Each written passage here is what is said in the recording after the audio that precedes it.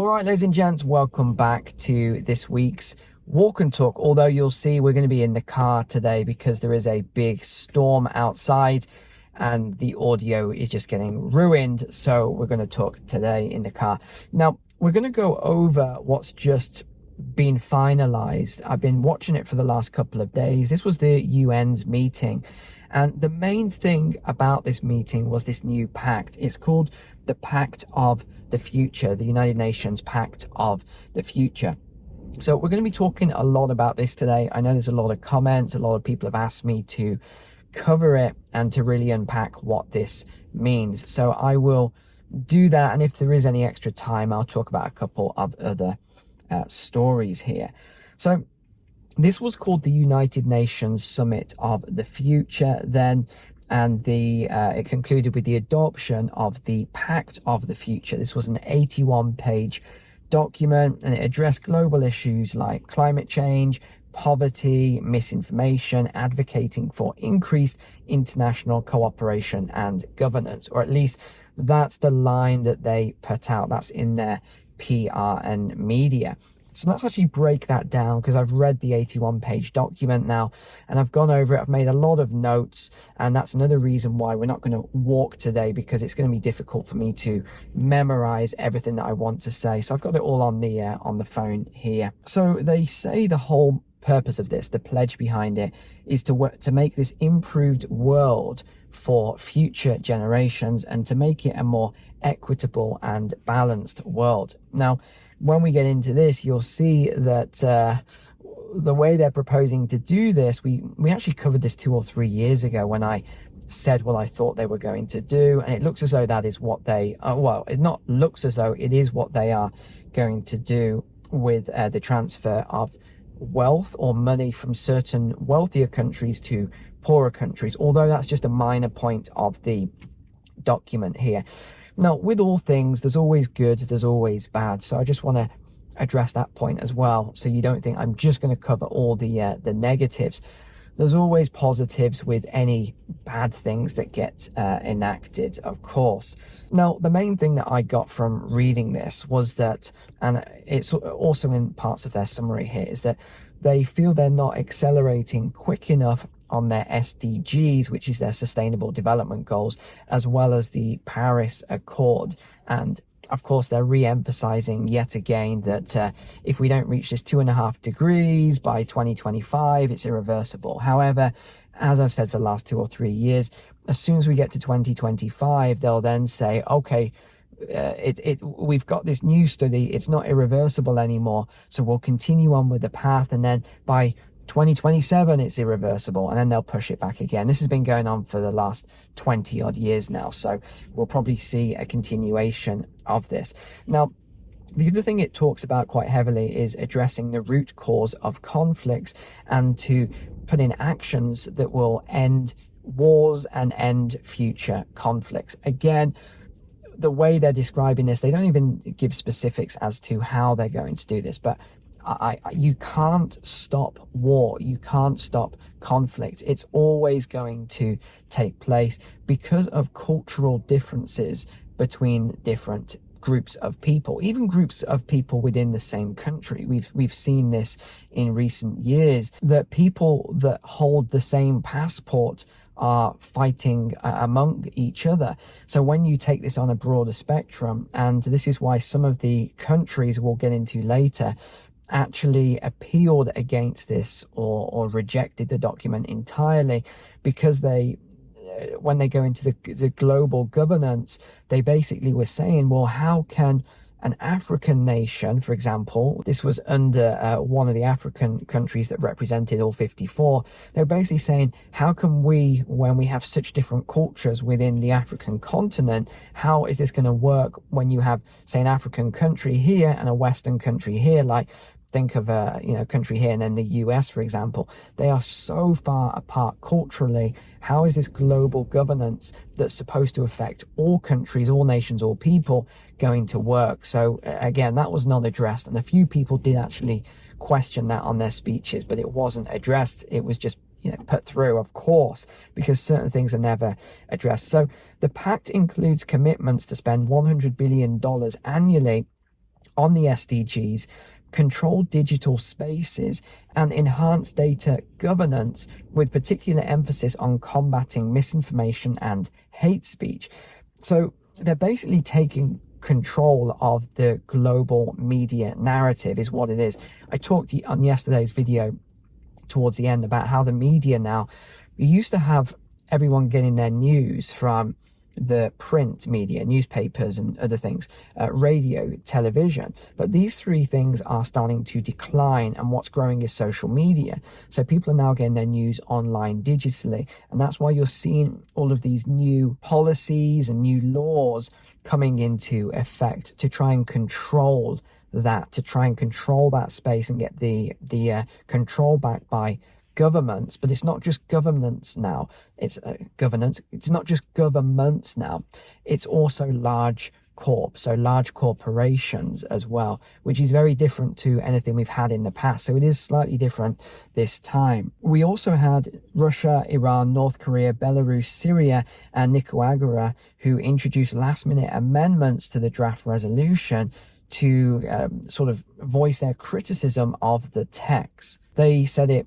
somewhat breaches human rights as well as the sovereignty of nations due to the influence on their domestic affairs. So in other words, they claim that the UN would take over the governance of their countries, which they said is unconstitutional, if we can use that word. And they also agreed that there's just too many cultural differences in the world, and trying to bridge that gap and make everything under one umbrella is simply not going to work. The document also asserts that nations will end hunger and eliminate food security globally. They also, there's 2 points here, we'll talk about that in a second. They also said they're going to address global financing and investment gaps by creating a more equitable future for all. It then goes on to talk about the transfer of funds from wealthier nations to poorer nations. Now, let me just outline what that is. That is global socialism. You can't take the free market economy and say, right, well, these people in the West, in the US, let's take the US or the UK or some of the other European nations that have a high GDP per capita, you can't take those and say, right, these people over here, they've got too much money. We need to take some of that money via government policies and then give it to poorer nations to uplift, which is the key word, is to uplift poorer nations. That's not going to work. Simply transferring money from certain groups to other groups in poorer nations, if that worked, it would have worked over the last 30, 40, 50 years, and it hasn't worked. Now, that's not to say there aren't solutions, because I think there are solutions to the wealth gap. Some people would call it wealth inequality. I don't know if that's the correct word, because this wealth gap is the result of what each country has done over multiple generations and hundreds of years. It revolves around all sorts of things, from healthcare to the education system. There's a lot of complexities within the sphere of economics that really impact this. So simply transferring money from one place to another is not going to work. If they were going to do this properly, they would help with access to the internet, for example. Just by giving access to the internet to everyone, and clean, safe drinking water, more food security, etc. Those three things would raise the GDP per capita and the living standards of people in poorer nations way more than just transferring money over to their governments, who, you know what's going to happen. It's always the same thing. The money will get used in ways deemed fit by the governments, and next thing you know, these politicians and other people, oh, they seem to have a nice penthouse in this country, oh, they seem to have a nice beach house in Malibu, oh, they're driving around the Lamborghini now. It's always the same way. You think, oh, well, when we transfer the money, that these leaders are so honorable that they're going to use it in the right ways for the people. That's just not how it works. So that's why you've got to do this in a different way. Just to give some of my own thoughts on how this would be possible to uplift everyone. But in effect, what they are talking about, the UN, is a form of global socialism. That's the only way to look at it, where you take money from one country and you transfer it to other countries. It's not going to work. Now, the other thing they talk about is the Pact of the Future to accelerate the reform of international financial architecture. In other words, what they are, and when they talk about the governance, whenever you hear the word governance, it means that they want to govern or control or oversee the finances. So this is a new digital financial infrastructure that they are talking about, or architecture. It's the same thing. What does that mean? It means central bank digital currencies, that there's no other way to look at it. And they have a lot of things to say on these other countries who are way ahead. And of course, you've got the BRICS payments and what they're looking to do with the payments between each country, with a digital sort of architecture that oversees that. And the UN obviously doesn't like this. They want to have their sort of own one, whether that's done under the IMF or the World Bank or whoever. I'm not sure, because it doesn't go into that detail, but I think that's what they're alluding to here. Now, the other thing they talk about are a number of shocks, and they say, you know, this is the sort of red alert warning for all the countries around the world, because there are these shocks that are going to be coming, and they then give it a series of solutions to the shocks, of course. So let me read out the list of what they covered here. Respect for international law was one. Expanded cooperation was another one. The increased role for the UN. And so again, there's a red flag right away. And lastly, interoperability. Yes, interoperability. Now, point number 34 said, we will work together to promote information integrity, tolerance and respect in the digital space, as well as to protect the integrity of democratic processes. So this is obviously alluding to a number of things. It also includes what happened with the UK. There's a lot of talk in here, which I think alludes to Elon Musk as well, around having the X platform, because it goes on then, after I thought they're talking about Elon Musk here, it goes on to talk about the challenge of misinformation and disinformation and hate speech, which need to be more severely dealt with online, which is interesting, because I thought straight away when all the UK stuff was happening that wasn't really coming from the UK. It must have been coming from higher up. And now we can see that the way they're talking about here, how they've been given, I don't think advice is the right word, but we'll use that word, to nations who have been dealing with this sort of thing. So they've obviously given some sort of advice to the UK, is what I'm getting from this. Because you think what's happened it's even started happening in the US now, by the way. There's a lot of videos circulating of FBI or police or other groups going to people's houses where they want to talk to them about postings that they've made online. For example, we've seen in the UK, people have gone to prison for posts that they've made online, which is interesting, because at the exact same time, there have been prisoners released from prison due to overcrowding. And there was just another media report out today, which was very interesting, and it talked about how there was a glitch in the system, as it were, where a number of prisoners were released because they were convicted under something else instead of they were convicted under the wrong thing, basically. And because of that, there was a glitch in the system, and they were not supposed to have been released, and they were, and now they can't find some of these people who are quite dangerous.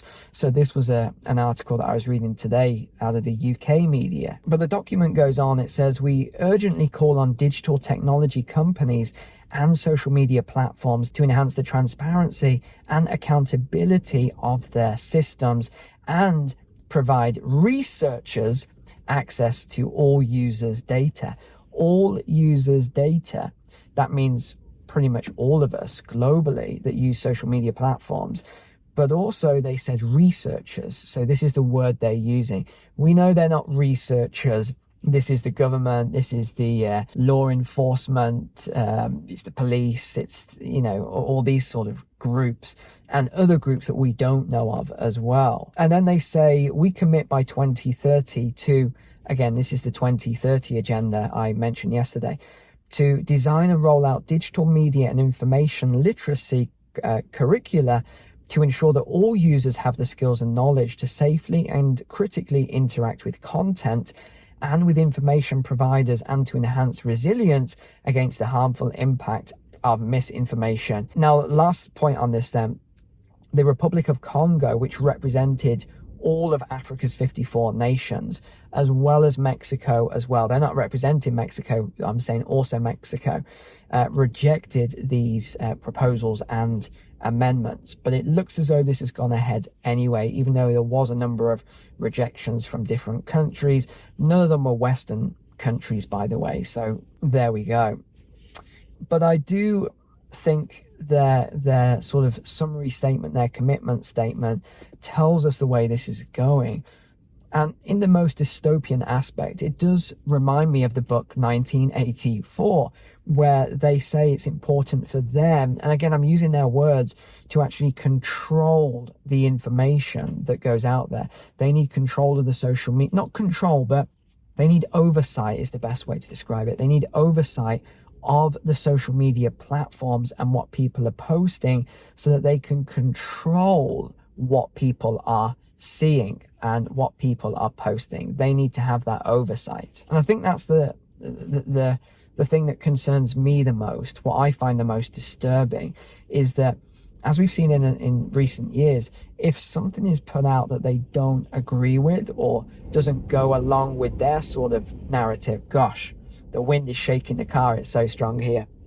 But, you know, if it doesn't go along with what they want, this is where it brings up a lot of concerns. And I think Mexico and some of the other countries are right, saying that some of these measures breach people's human rights. I really do think that. And it definitely breaches freedom of speech. Now, you've got this careful balance. It's, well, what really is hate speech, right? You've got this careful balance. There are some people that say some pretty nasty stuff online. If I were quite a soft individual, let's say, I would say that I get hate speech day in, day out, all day, every day. You know, comments, people sending really nasty emails, people tagging me in stuff. I've even had stuff posted to my house that I've mentioned before. I've had some really pretty nasty stuff. So if that could be alleviated, I'd be all for it. But then you have opinions, which is something different, I think. If you have an opinion which is different to mine, or I have an opinion which is different to yours, I think this is just normal human nature to voice these concerns, voice these opinions. That is how we move forward and grow as a society. We do have differences of opinions at times. I'm sure there'll be times when you don't agree with things that I say, but there's a difference. You can disagree politely and explain why you disagree with me. I think that's a wonderful thing. I actually like it when people do that. But then there's a difference when people go on the rampage and really attack me and try and cause me a lot of problems because they don't agree. I think that's the distinction here. Is that hate speech, though? No, it's still not over the line of what they're calling hate speech here. But that's a term that they've created. It's like misinformation. All this stuff are terms that are being created so that they can fit this into their model, their new architectural framework. So this is a fairly complex situation when we look at it from all of these perspectives. But overall, do I think this is going to be a good thing for the world? No, I don't. I don't think this framework is a good thing because, as I've said a lot of times, this is how you end up in somewhat dictatorships where you have a group of people, somewhat unelected, a lot of them are unelected, who decide what is right and wrong. And you only need someone to really control that group. And before you know it, you've lost a lot more of your freedoms. And I said we'd talk about a few other things if time allowed, but I think we're out of time for today. So I just want to thank you so much for being online. Thank you for being a subscriber here. I hope this helped to understand this new document, this new policy that they've put out. But if you want to know more about it, feel free to read it. It's 81 pages long, but it's very wordy. It's very it's not written for normal everyday people like you and me to read. It's written for intellectuals and people that are in this weird club of you know, trying to change the world without thinking of the logical, rational thought process behind it, trying to make the same rules for people in an African nation as someone in, you know, America or the UK or Europe, or you know, something like that, or someone in China, the same as that, completely different culturally. That's the point I'm trying to make here.